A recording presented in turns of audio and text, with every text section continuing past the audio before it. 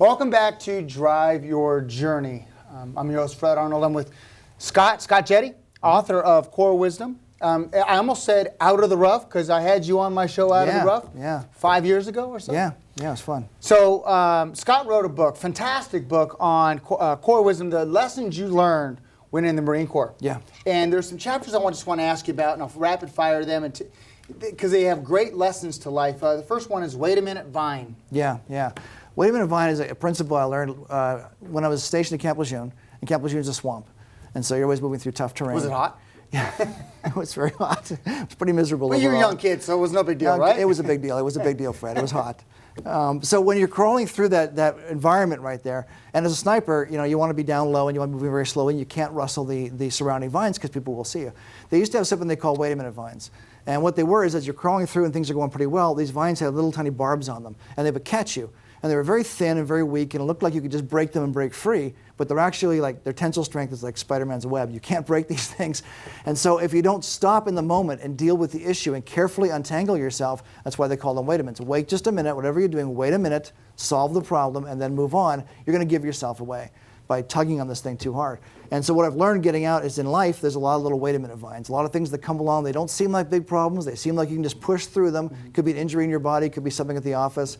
But if you don't stop and wait a minute, put everything aside and deal with it, it's going to become a much bigger problem down the road. Yeah, it's one of the lessons I learned. I do these competitions, these athletic competitions. You do triathlons or something, don't you? Yeah, I do the little Ironman series, right? Ironman, yeah, it's impressive. And my dad would always say, listen to your body. Yeah. And it's the wait a minute. Every time I felt something going on, I'd say, okay, wait a minute. Do I really need to finish that last 3 miles of training, or do I need to get healthier? Yeah, exactly. You know the consequences of not doing it. It's allowed me to stay healthy. So. Or you can even have an employee that's got that one little thing that bothers you, but you keep letting it go.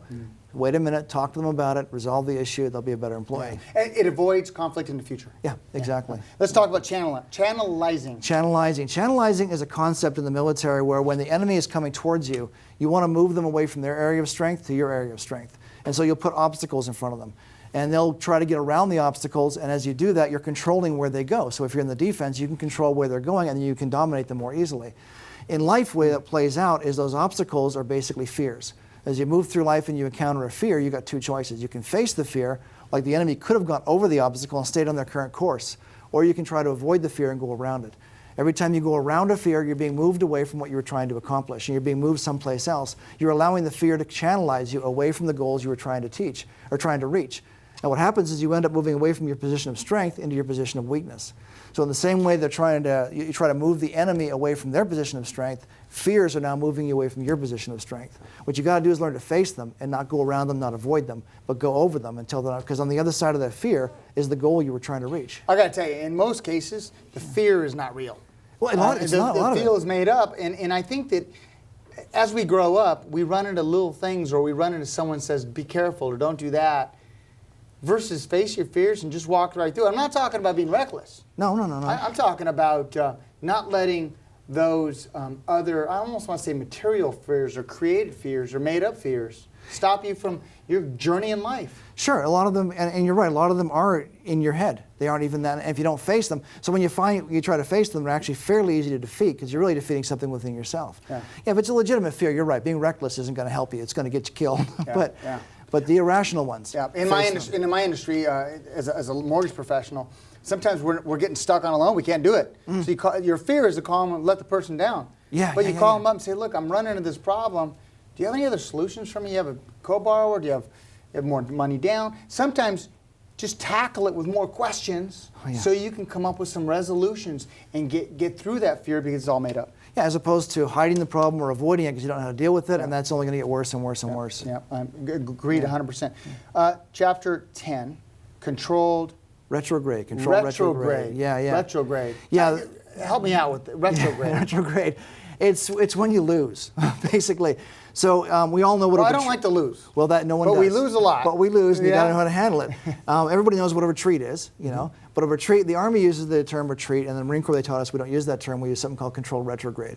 And so if you're on the battlefield and things aren't going your way, retreat is basically turn and run. Just get out of the area. And if you try that, you're probably going to get shot in the back. That's not the way to remove yourself from an environment that's not working for you. But if you find yourself out there, and the Marine Corps has got a long history of doing these effectively, especially in the Korean War back in the 50s, they did it miraculously, is when you find you're not going to win this battle. You know, that's tough to admit, especially if you're the type A going, but I'm not going to win this one's not going my way. Let's not just turn around. Let's not just drop everything. Let's deal with our issues as we retreat as an intact unit. And that way we can still be effective to go back into the battle later. So a lot of times people, for instance, with debt, you know, they get over their head with debt and they think, I just can't do this anymore. And so they run away from it. Whereas you could be calling your credit card companies or things you could do to proactively deal with the problem and retreat from the battlefield with some kind of control. And that way you can still be intact to re-enter the battle later. But you want to deal with those issues and come out of this battle able to re-enter, as opposed to just running away and then everything just disintegrates and now you're never really going to be able to try again. Yeah, and that creates more fears in your minds. Definitely. It's like a cycle, and it creates more fears. Well, sure, because it reinforces the idea that you can't do it or you're not strong enough. You can't do it.